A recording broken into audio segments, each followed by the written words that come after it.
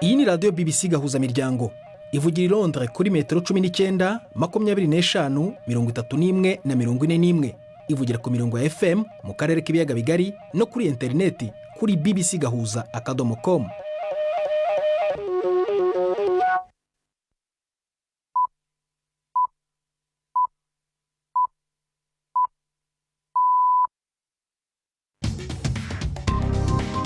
Ubu ni saa 10 n'igice ku isaha mpuzamahanga ya GMT, ni saa 12 n'igice ku masaha yo mu Rwanda no mu Burundi. Muri studio muri kumwe na Prudence Ngiyumva.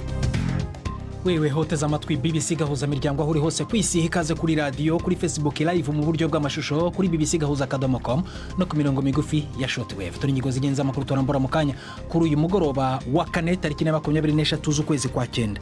Ubushinjacyaha mu Burundi bwasohoye impapuro mpuzamahanga z'amategeko zo guta muri yombi abantu 8 bashinjwa kuba inyuma y'ibitero bimaze igihe bigabwa muri icyo gihugu, barimo abo mu ishyaka rya MSD.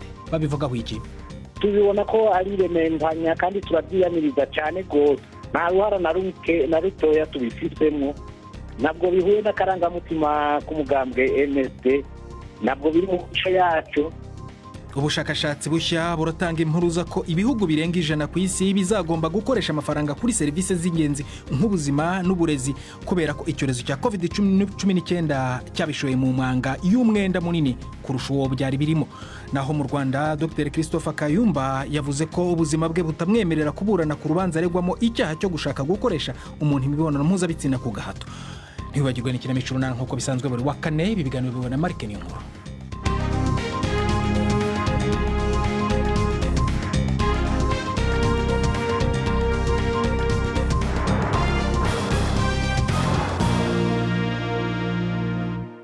Ikaze ku makuru rambaye duhera muri Leta Zunze Ubumwe za Amerika, aho intumwa idasanzwe ya Leta Zunze Ubumwe za Amerika kuri Haiti Daniel Foot yavuye ku kazi ke avuga ko gahunda y'ubutegetsi bwa Biden yo kwirukana ku ngufu abimukira bo muri Haiti itarimo icyo yisuba umuntu kandi ko nta musaruro natanga. Daniel Foot yavuze ko Haiti ari leta yaguye idashobora kwakira abantu babarirwa mu bihumbi batagira ibyo kurya ndetse naho bakinga umusaya. Icyemezo cye cyo kwegura gitangajwe nyuma y'iminsi mike hasohotse amashusho yerekana abantu bacunga umupaka wa Leta Zunze Ubumwe za Amerika bari ku mafarasi bashora ku ngufu abanya-Haiti mu mugezi uri ku nkombe za Mexique. Ibikorwa byabo byaramaganwe cyane n'abantu benshi. Abandi bantu b'abanyapolitiki ndetse n'abandi mu buryo bwose bamaganye ibi bikorwa byabo nyine. Abandi rero abanya-Haiti birukanywe hakoreshejwe indege. Ubushinjacyaha mu Burundi bwasohoye impapuro mpuzamahanga z'amategeko zo guta muri yombi abantu 8 bashinjwa kuba inyuma y'ibitero bimaze igihe bigabwa muri icyo gihugu. Ibitero byahitanye abantu, abandi barakomereka. Ibitero bivugwa rero birimo amagrenade yagabwe mu mujyi wa Bujumbura mu ijoro ryo kuwa mbere n'ibisasu ku kibuga cy'indege cyo kuwa gatandatu nijoro. Abazwi cyane muri abo basohorewe izi mpapuro ni nka Alexis Nduhije uyoboye umugambwe MSD waciwe na Leta y'u Burundi, harekabanda kandi n'umunyamabanga mukuru w'uwo mugambwe François Nyamoya ndetse na Madame Marguerite Barankitse uzwi cyane mu bikorwa by'ubugiraneza biciye mu kigo yise Maison Shalom. Ni mu kigo yise Maison Shalom. Inkuru irambuye turibaza Prime ndi ku magenge. Amazina ya Alexis Nduhije, François Nyamoya na Marguerite Barankitse si mashasha mu baronderwa n'ubushikirizamanza bw'u Burundi. Bari basanzwe ku rutonde rw'abagirizwa ibyo Leta y'u Burundi yise imigumuko yaranze imyerekano yo kwanka ikiringo ca gatatu c'umuhisi Perezida Pierre Nkurunziza mu 2015. Inyuma yaho akaba ari naho abo bose baciye bahunga igihugu. Ubu rero hiyongeye ko ibyo kwagirizwa ko ari bo barongoye abakora ibitero bimaze kuba gushika imbere y'itariki 20 z'uku kwezi kw'icenda. Gusa umushikirizamanza makuru w'u Burundi Sylvestre Nyandwi navuga niba ivyo bitero ari byo muri uyu mwaka gusa canke ko harimo n'ivyo mu myaka iheze. Agabisha ibihugu bibahaye indaro canke ivyo batemberamwo na cyane ivyo mu karere kubafata bagashikirizwa ubucamanza bw'u Burundi, ahandi ho ngo amahoro y'akarere ashobora guhungabana. Turasavye cyane ibihugu byo mu karere ka Afrika y'ubuseruko EAC nibihurikiye mu nama mpuzamakungu y'akarere k'ibiyaga bigari CIRGL, aho abo bantu twavuze boba bari canke baza baraca rimwe ivyo bikaba byotuma amahoro n'umutekano bisasagara mu karere.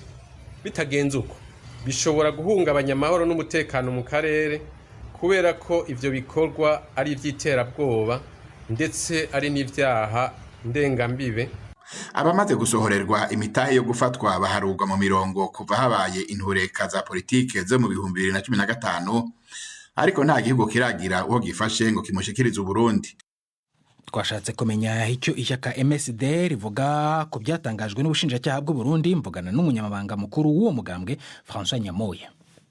Tubibona ko ari rementanya kandi turabyiyaniriza cyane gose, nta ruhara na rutoya tubifisemo, nabwo bihuye n'akarangamutima k'umugambwe MSD, nabwo biri mu mico yacu kandi nta n'akamaro ko kwica abantu. Twebwe bene ibyo bintu turabyiyaniriza cyane gose, n'ababikoze turabyiyaniriza, ahubwo turahojeje n'imiryango yabuze n'ibindi ibabaye bifise abakomeretse canke bababaye mu bundi guca kuri Alexis Ndihije na François Nyamoya barondera umugambi wa MSD mu by'ukuri. Mutekereza ko ibyo wita iremenkanya babikoze kubera iki, bwana Nyamoya? Tubibona yuko ni urukurikirane rw'uruhigi ku mugambi wa MSD rwatanguye kera, mbere bamaze umwanya munini bataratwemerera gukora ku mugaragaro. Bamaze kutwemerera gukora ku mugaragaro baratubwiragije cyane rwose, baraduhagaritse kabiri kose bitwaje ibintu bitagira mvura. Twe kandi ibyo byose naho babikora, icyo twibaza ni uko barabona ko umugambwe uguma ubandanya utera imbere umushinzi imizi, tukibaza rero ko n'urukurikirane rw'ibyo batanguye kuva kera. Mwitangazo mwasohoye, ishyaka ryanyu ryasohoye uyu munsi, washyizeho n'umukono wowe François Nyamoya, riri mu Gifaransa, ngerageje kubihindura. Muravuga ngo CNDD-FDD ngo imaze imyaka ikoresha icyo mwita iterabwoba. Yego twe ntitangaje mata kiyovuga ngo zigiri ntaye ko aribo babikoze, mugabo turabyikeka, turibaza ko ibyo bintu bishobora kuba byakozwe n'iperereza. Ni igiki gituma mubyikeka ko ubutegetsi cyangwa se CNDD-FDD ishobora kugaba ibitero ku baturage ishinzwe kurinda? Bakoresha uburyo bwinshi byo ariko bararondera umuntu icyo bamwagiriza icyaha kiremereye cy'amabuye, ntibatinya gukora icyo cyaha nyine bakoresheje inzego zabo, bakaca barondera umuntu babitako. Tuzi ko mumaze kubibona mu maraporo aheruka y'amashyirahamwe amwe amwe yigenga, barajya ku rutoke ubuhinga bahora bakoresha bw'ubuhisha, bagafata inkoho bakazishyira mu miduga nk'amataxi. Ibyo bintu mubifitiye ibimenyetso cy'ibwana Nyamoya? Ndakubwiye n'igifisi kwikeka ko babikora. Mwitangazo ntabwo mwanditse ko mwikeka, murabyemeza, murakoresha imvugo yemeza. Iremeza kuko baramaze kubikora muri kahise. Ibyo ni ibirego bikomeye cyane murega leta ariyo ntabwo ibyemera nk'uko bivuga. None izi mpapuro mwasohorewe mpuzamahanga zo kubata muri yombi, zo urazivuga wiki? Ntabwo babibateye ko mushobora kubuzwa gutembera cyangwa se no gukora ibikorwa byanyu bya politike? Ko leta isohora impapuro urumva ibifitiye uburenganzira, ko yandi maleta nayo akurikiza izo mpapuro, nayo maleta ayafitiye uburenganzira. Twebwe rero natwe turi bubivuge ko ibyo byose natwe twiyotsa. Icyo wakwagiriza wagikoze n'ugira ubwoba, nayo yafashe wakoze nta bwoba. François Nyamoya. Komisiyo y'Uburayi yatangaje imigambi yo kwizeza ko ibikoresho bishyira umuriro mu byuma ngendanwa by'ikoranabuhanga bita chargeur cyangwa charger bigomba gukora mu bwoko bwose. Yavuze ko kugira ngo chargeur rusange ikora muri telefone ngendanwa zose bizatuma ibyuma byifashishwa mu kumva ndetse n'ibindi nka écouteur byifashishwa mu kumva amajwi byagabanya gusesagura ndetse no kwirinda gukora ibintu inshuro ebyiri. Iyi mpinduka yagira ingaruka ku baguzi ku isi yose. Komiseri mu muryango w'ubumwe bw'Uburayi Thierry Breton yavuze ko byafasha mu kwihutisha ikoranabuhanga mu gushyira umuriro muri ibyo byuma, bikanaha abaguzi amahitamo yo kugura telefone nta kiguzi cyiyongereyeho kugitangwa kuri chargeur. Apple, ikompanyi ikora telefone ngendanwa za iPhone idakoresha uburyo bugenwa na EU, yavuze ko ibi byemezo byapfundikira ubuvumbuzi. Iyi ni BBC Gahuza miryango, urayumva no kuri Kisura FM no kuri bbcgahuza.com. saa 1:21 mu Rwanda no mu Burundi. Ndi Prudence nyumva mu kanya turagaruka ku makuru arambuye. BBC Gahuza miryango Igoma ni kuri FM 93.8. Ishinga amategeko muri Ukraine yatoye itegeko rigamije kugabanya ingufu z'abaherwe mu gihugu. Itegeko rishya rishobora gutegeka bamwe mu bayobozi b'ubucuruzi bakize kurusha abandi muri Ukraine kugurisha amasheni ya televiziyo yabo bakanahagarika gutera inkunga amashyaka ya politiki. Ijambo ry'aba baherwe rigera ku buzima bwose bw'igihugu muri Ukraine, kimwe mu bihugu bikennye cyane kurusha ibindi ku mugabane w'Uburayi. Bashinjwa kuburizamo impinduka zigamije guca ruswa mu gihugu. Perezida Volodymyr Zelensky azayobora inteko ishinzwe kwemeza uzajya ku rutonde rw'aba baherwe, ariko abanenga bakavuga ko ibi bishobora kwibasira abaherwe adakunda gusa. Mu Rwanda, urukiko rw'ibanze rwa Kicukiro mu mujyi wa Kigali rwasubitse urubanza rwa Dr Christophe Kayumba ukurikiranyweho icyaha cyo gukoresha umuntu imibonano mpuzabitsina ku gahato. Kayumba Christophe wari umaze iminsi mu bitaro avuga ko ubuzima bwe butamwemerera kuburana kandi ko atabonye igihe cyo gusoma dosiye y'ibirego bye. Dr Kayumba wigeze kuba umwarimu muri kaminuza y'u Rwanda mu ishuri ry'itangazamakuru avuga ko ibyo ashinjwa bihishe impamvu za politiki. Nkuru turagizwaho n'umunyamakuru wacu Kigali Jean Claude Mwambutsa. Mu masaha y'igicamunsi nibwo inteko y'umucamanza umwe n'umwanditsi yatangije urubanza rwabaye mu buryo bw'ikoranabuhanga, ababuranyi bahuzwa n'inzira y'amashusho. Ubwo yarahawe ijambo, Kayumba yasabye ko urubanza rwe rusubikwa. Yabwiye umucamanza ko ubuzima bwe budahagaze neza ndetse ko yari amaze iminsi mu bitaro. Yabwiye umucamanza ko muganga yasabye ko yakwitabwaho byihariye kubera uburwayi afite. Christophe Kayumba yasabye guhabwa ibyumweru 2 byo kwivuza no kubasha kureba muri dosiye y'ibirego. Hari hashize iminsi bivugwa ko uyu Kayumba ari mu myigaragambyo yo kwicisha inzara kandi anafite uburwayi bwa diabete. Kuri iyi nzitizi, ubushinjacyaha bwavuze ko impamvu y'uburwayi idakwiye guhabwa agaciro kuko Kayumba yavuye mu bitaro bitegetswe n'abaganga babonaga ko yakize uburwayi. Gusa ku mpamvu yo guhabwa igihe cyo gusoma dosiye, ubushinjacyaha nabwo bwemera ko ari uburenganzira bw'uregwa. Gusa bwavuze ko mu kongera igihe hagomba gutekerezwa ko imanza nk'izi zigomba kuburanishwa byihuse kuko ari izifunga n'ifungura ry'agateganyo zitagomba kurenga iminsi 2 ikirego kigejejwe mu rukiko. Nyuma y'impaka hagati y'impande zombi, umucamanza yategetse ko ababuranyi bazongera kwitaba urukiko ku itariki ya 28 z'uku kwezi. Icyo gihe haburanwa ku kibazo cy'ifunga ry'agateganyo cyangwa se irekurwa ry'uregwa akaburana ari hanze. Ubwo yatabwaga muri yombi, urwego rw'igihugu rw'ubugenzacyaha rwatangaje ko Kayumba akurikiranyweho icyaha cyo gukoresha undi imibonano mpuzabitsina ku gahato. Gusa Kayumba we ahakana ibyo ashinjwa, akavuga ko byahimbwe ku mpamvu za politiki. Christophe Kayumba yaraherutse gushinga ishyaka Rwanda Platform for Democracy ritaremerwa gukorera mu gihugu. Ubushakashatsi bushya buratanga impuruza ko ibihugu birenga 100 bizagomba gukoresha amafaranga kuri serivisi z'ingenzi nk'ubuzima n'uburezi kubera ko icyorezo cya COVID-19 cyabishoye mu manga y'umwenda munini kurusha uwo byari bisanganywe. Abashakashatsi muri Leta Zunze Ubumwe za Amerika baravuga ko COVID-19 yahinduye ikibazo cyari gihari mo amakuba akomeye. Inkuru ya Simon Ponsford muri yumva mu ijwi rya Florentine Kwizera. Ico cigwa kivuga yuko COVID-19 yaje kunyura ikibazo c'imyenda cari gisanzwe gihanganye. Ibihugu bifise amikoro make bitegerezwa kurondera uburyo bwo kuriha imyenda bisanganywe, aho usanga bitegerezwa kwikora ku buryo bwari busanzwe bukoreshwa muri leta. Ico cigwa cakozwe n'ikigo Pathfinders for Peaceful, Just and Inclusive Societies kigabisha ku rugero rw'imyenda ibihugu bifise bidashobora kwirengera ruzokomeza gutuma ikimanga c'ubusumbasumbane cari gisanzwe ku isi naco gitera caguka. Gitanga akaruriro ku gihugu ca Zambia, aho leta ishira hafi ca 2 amafaranga ironka ku mwaka mu kwishura amadeni igasigara n'intica ntikize kuyakoreshwa ku banyagihugu bayo. Amashyaka menshi yo muri Tunisia yanenze icyemezo cya Perezida Kais Saied cyo kongera ububasha bwe yiyemerera gutegekesha amategeko teka mu bice bitandukanye. Ibice 4 by'amashyaka atayari ari Jumhuri, AKF na Etakantor basohoye itangazo rihuriweho bavuga ko icyo cyemezo cy'ejo hashize kuwa 3 cyashyize ububasha ntakuka mu biganza bya Bwana Saied. Mbere gato ishyaka rya politiki rinini kurusha ayandi Enata ryavuze ko ibyatangajwe na perezida bisa no gusibanganya itegeko nshinga. Bwana Saied yahagaritse inteko ishinga amategeko mu kwezi kwa 7 mucyo abatavuga rumwe nawe bise ihirika ry'ubutegetsi. Uno none umwanya bikiramico runana.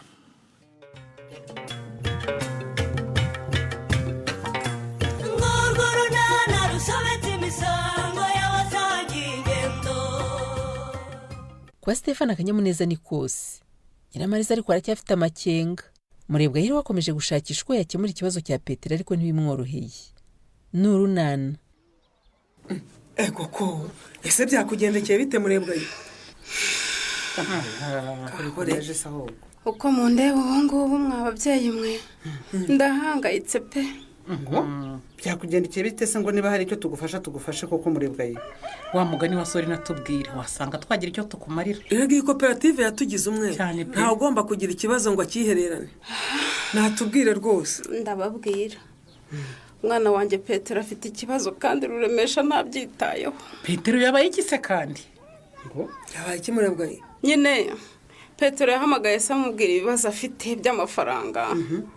None ndabona ruremesha atabyitayeho kandi muzi ko umwana atabi wabo. Urumva? Umwana wanjye sinzi uko arya sinzi nuko arara nyine birampangayikishije rero. Kandi se Murebwa Ndakubona. kuki uvuga ngo ruremesha ntabyitayeho? Aravuga ngo ni mukuru niyihangane. Bimwe by'abagabo nyine namwe muzi ibyo kutumva vuba umubabaro w'umwana. Ariko njye nubwo Petero yiga muri kaminuza iteka mba mbona ari umwana muto imbere yanjye. Ibyo uvuga nibyo nta mwana ukura ku mubyeyi Murebwa. Kuko n'igihe azaba yarashatse niko uzabibona. Suko se. Ariko rero disuri mukuri Murebwa. Umwana utari waba bahangayitse pe. Arahangayitse nyine. None se ntabyitayeho. Ntazi ko arimo guhangayikisha umuyobozi ukomeye w'ejo hazaza. Murabyumva? None ndabinginze rwose rero niba hari ufite amafaranga nangurize niyoherereza umwana. Yewe ngiye nari mfite niyo nahaye umutayeri ngo ndadariribaya. Yewe nanjye sinakubeshya Murebwa ubu rwose nta mafaranga mfite namba. Ubu ndagira njye nari mfite nayishyuye abahinzi. Ayiba data we. None se mwarebye uko munguriza mu ya koperative. Urumva yava he Murebwa? Ntuzi ko duherutse kwishyurira abanyamuryango ubwisungane mu kwivuza? Ubu se none se ubu ndabigenza nte koko? Nimurebe uko mwakubite inzu ipfusi murebe no ko mweko rwose. Oya reka nkubwire. Ariko se rinda uhangayika kubera iki Murebwa? Kuki ufite itungo rikakugoboka? Wa mugari ntimworoye inkoko n'ihene. Burya amatungo magufi raba meza pe. Yakugoboka mu birebana n'imirire. Ariko nyine niyo ugize akabazo k'amafaranga ushobora kuryikenuza da. Genda di. Ukemura ikibazo cy'umwana wawe udategereje ruremesha kuko burya hari abagabo badaha agaciro iby'abana bakeneye. Nagiye ahubwo kandi murakoze kungira inama nako no kwiteganyiriza. Ngo kwiteganyiriza? Mugira ngo Petero naba meya cyangwa akaba pilote utwara indege sinzabavuganira mu bamurwanyeho nawe igihe yabaga bakeneye. Akubwiye ngo iki Felicia? Akuze Felicia kundeba gusa ntumbwire. Ngo ntawageze Beni. Ahubwo ninye kumubwira ko tumaze iminsi tumubuze ngo adahangayika cyangwa agahita azina. Baba we, ubu koko murumuna wanjye ari Felicia, ntawe uri kwa mama wacu, ntawe uri kwa marume, uba ari he koko? Ubuse urambaza njye ndahazi koko Beni. Rwose ndacyabigushinja Felicia, ndacyabigushinja. Nawe watumye Mutesi atorongera akagenda. Ariko washaka ko nimenya ko Mutesi twite mukore iki Beni? Mwicaza yarankamuye Imana uko yagize neza. Ntiwari kumushimira ariko ntagombaga no kumukubita kuriye. Mbabara rero numfatanye n'ibibazo rwose. Aho bigeze rero ndumva twajya kuri polisi. Tujya kuri polisi ko hakora iki? Kuvuga ko twabuze umuntu kugira ngo badufashe kumushaka. Nge suko mbyumva Beni. Nose uragira ngo dukomeze dutuze nkaho nta cyabaye kandi twarabuze Mutesi. Nta mpamvu yo kujya kuri polisi pe. Nkuko nabikubwiye ndakeka ko Mutesi yasanze umugabo we. Yumvira n'ukuri ngo umugabo we nkaho wamushyingiye. None sinda yari yiteye Beni. Felicia ava muri ayo dushakisha umuvandimwe wacu rwose. Tuza yewe uko yagiye nikazagaruka. Ubuzima ni bumara kumunanira uzajye kubona ubonaraje. Oya Felicia oya rwose niba utuje nge sintuje pe kuva Mutesi yagenda sinzira sinzanagira amahoro ntarabona murumuna wanjye.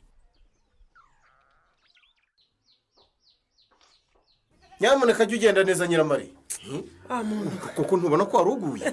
Hari ubwo ntibuka ko afite imbago ngasohoka nyisize. Dore ngiye. Urakoze. Ubundi se kugarutse kare simperuka warugiye muri koperative. Ni akanama gato twakoraga mpise ngaruka nihuta mba nzi ko hano hasigaye imirimo myinshi kandi nsigaye nkora gake kubera ubumugerega. Ariko ntugahangayike wansize inyuma. Amatungo nayahiriye. Ibyo muri buteke nabyo nabigejeje hano. N'amazi abana bagiye kuyavoma rwose. Ariko menya ndota n'impamo. Kubikize Nyiramari. Stefa. Ni wowe usigara mu rugo ukibwiriza gukora imirimo yose? Ngewe da. Umenya gereza irogasi gusa. bandoze baranyigishije Nyiramari. Mwana we. Ubu nzi ububi bwo guhohotera uwo mwashakanye, kumuhohotera no kumuhoza ku nkeke. Kandi rwose narihaniye rwose sinzabyongera pe. Sindabyemera Stefa. Ni ukuri bimaze umwaka umwe bikamara 2 nibwo nakwemera ko waje warahindutse. Uzabibona byiteka ryose rero. Kuko ubu ngubu ndi Stefano mushya wahindutse wifuza gufatanya n'uwo bashakanye guteza umuryango wacu imbere. Aha, nzabibara bikomeje kugenda bitya. Ahubwo giye utambwiye none nanjye naringiye ntaguha amafaranga yo kudodesha cya gitenge cyawe. Ubu rero numva nkikibitse mu nzu ntarakigeza ku mutayeri. Aha. Hakijyanye se koko? Kera. Shaka ujye utambwiye kuko ngo nguha amafaranga yo kukidodesha. Stefa nanze kukugondoza. Rwose yo kumwishyura nanjye nari nyafite. Okay. Byiza noneho. Kandi warakoze cyane kungurira igitenge cyiza mugabo mwiza. Nanjye ndagushimiye rwose kusigaye unyemera tukaganira Nyiramari. Igihe bari waranze kumvugisha rwose nari mfite ubwoba bwinshi. Ni wowe uzatuma bikomeza kugenda neza cyangwa bigasubira inyuma. Erega njye naje nifuza kubaka iyo mbere umugabo mwiza tuba tugeze kure cyane. Twagiye dusubizwa inyuma n'imyitwarire yawe mibi. Reka twibagirwe byahise dutangire bundi bushya. Sibyo Nyiramari? None se kuvuga ko ari ugutaruka. Ninde waguhitiyemo kiriya gitenge abagore bose bakubita amaso bakabona ari cyiza cyane Stefa?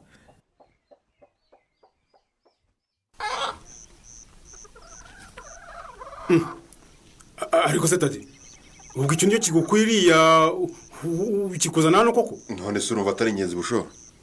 Ariko se nkubaze igitefone twaramusuye rwose tumushyira isake najyanira aho rwose nawe ahubwo wari gushije nakumvise.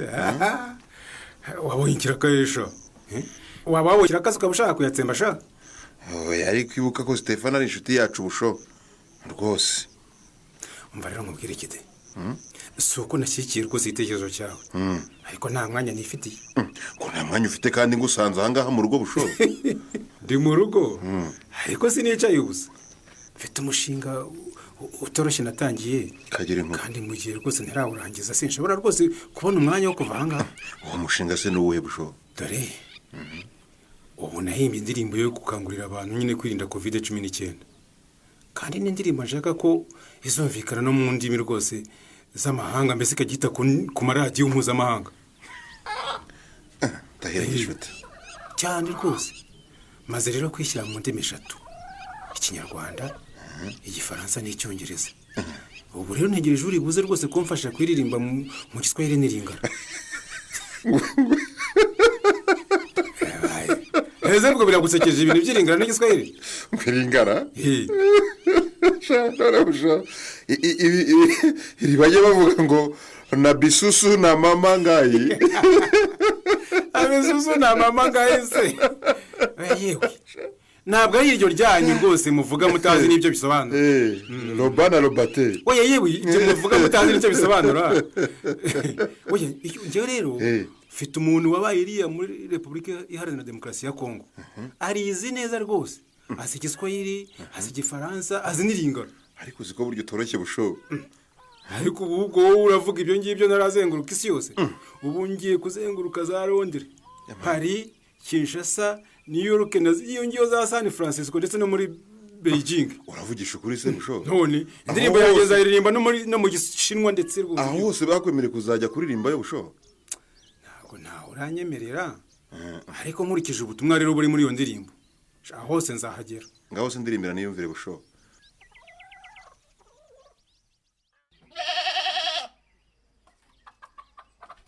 Have dore umuntu bushombe we.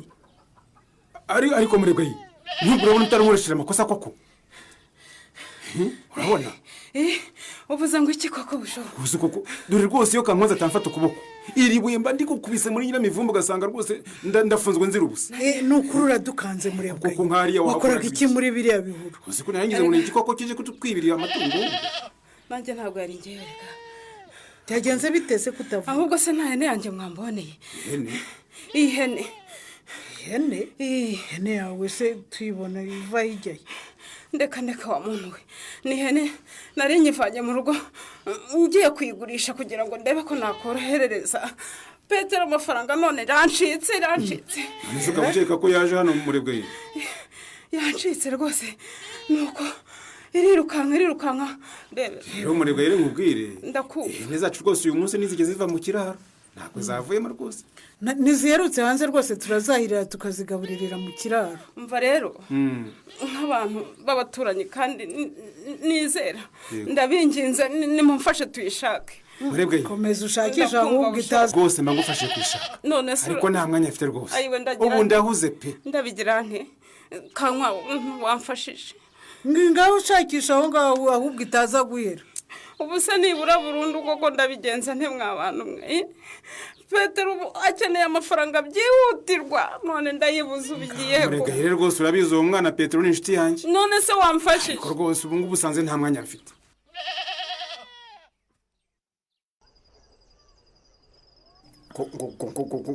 ngo kitade ngo iki nukuri namusezeranyije ko nzamufasha ukamugeraho wijeje Nadine ko nzajya iwe ngewe ndi umwana wawe ndi itungo ryawe ndi iki banza unyumva ariko iyo menya rwose kuri bunyakiriza iryo zina sinari kwirirwa nza kugorobereza hano mu rugo rwawe ese ko numva udashaka kumwumva nkaho nta sano mufitanye ngaho vuga vuba nigendere umbihirije umugoroba gusa rwose uwo mugore yambwiye ibibazo afite kandi nta wundi wamufasha kubikemura atari wowe numva rero ari mukuri urumva ari wowe uri mukuri none se Stefa ko wumva adafite icyo akora akaba adafite icyo atungisha umwana wawe wenda kumupfira wishwe n'inzara urumva nari kumusubiza ikindi koko usibye kubahuza Tade izina Nadine narisibye mu mutwe wanjye nta mishyikirano nkeneye rwose n'uriya mugore ariko uzi ko ari wowe wari unsenyeye urugo wakerewe kurisiba mu mutwe wawe rero uri kurisiba kera mutarabyarana uko byamera kose ntawe wamuhungira mufitanye umwana Stefa ndashaka amahoro mu rugo rwanjye Tade kandi rwose ibyanjye na Nyiramariza bitangiye kujya mu buryo sinshaka rero umuntu mvangira amba ese ubundi ko numvise ngo akungitse na Mugisha yakomezanyije nawe kuko ari we udafite umugore ibyo byenda Mugisha nanjye narabyumvise hanyuma ariko mu mwanya ntumike utumike erega ushatse wananshimira ko namucubije iyo ntamwizeza ko nzakuzana iwe mukavugana ubu aba yaraje iwawe ibyawe na Nyiramariza byarasubiye irudubi banguroga ariko koko Nadine koko arashaka hiki yantumye ngo niba utagiye ngo wumvikane nawe uzajya kubona ubone aje iwawe n'ibye byose umutungane na Nyiramariza ariko ubanza yarasaze ntayo magambo yambwiye nuko rero niba ushaka amahoro ushaka umwanya ujye kumureba mukemura ikibazo cyanyu mu maguru mashya naho ubundi aragusenyera ariko ubwo uratekereza ko ibyo uvuga byoroshye kuzi ko amagambo yihuta hagize umbonana na Nadine koko akabibwira Nyiramariza urumva ntaba ndushenye urumva Nyiramariza yakwizera ko nagiye iyo ngo tuganire gusa ntiyakeka ibindi erega ndumva ari njye ugiye guhatwa ibibazo oya ngaho nawe nsubiza Tade wowe uri Nyiramariza ntiwakeka ko nari nagiyeyo nyine ari ikindi kinjyanye kandi ndengana none se Stefa ndakumva n'ubundi ko byose ari amahurizo urumva wasaba Nyiramariza uruhushya rwo kujya kwa Nadine ubwo ntubura ukongeje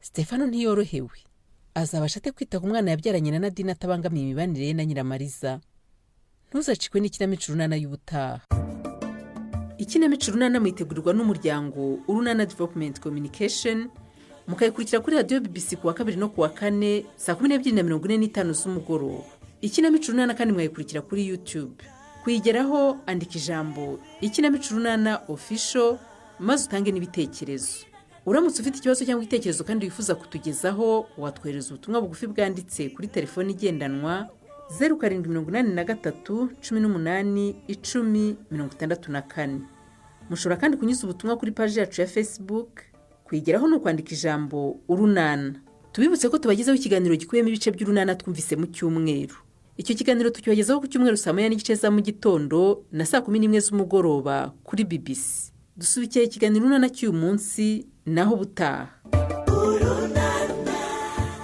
Barakoze bagenzi bacu mu ikinamico Urunana natwe na rero dusoreje ibiganiro byacu gusa atabashije kubyumva wajya kuri bbc.gahuza.com twafashijwe na Michael Ligard ku bahanga bw'ibyuma ni Prudence Njumva wakoze kwitamo BBC Gahuza miryango no gusangira umugoroba wawe natwe uraraharyana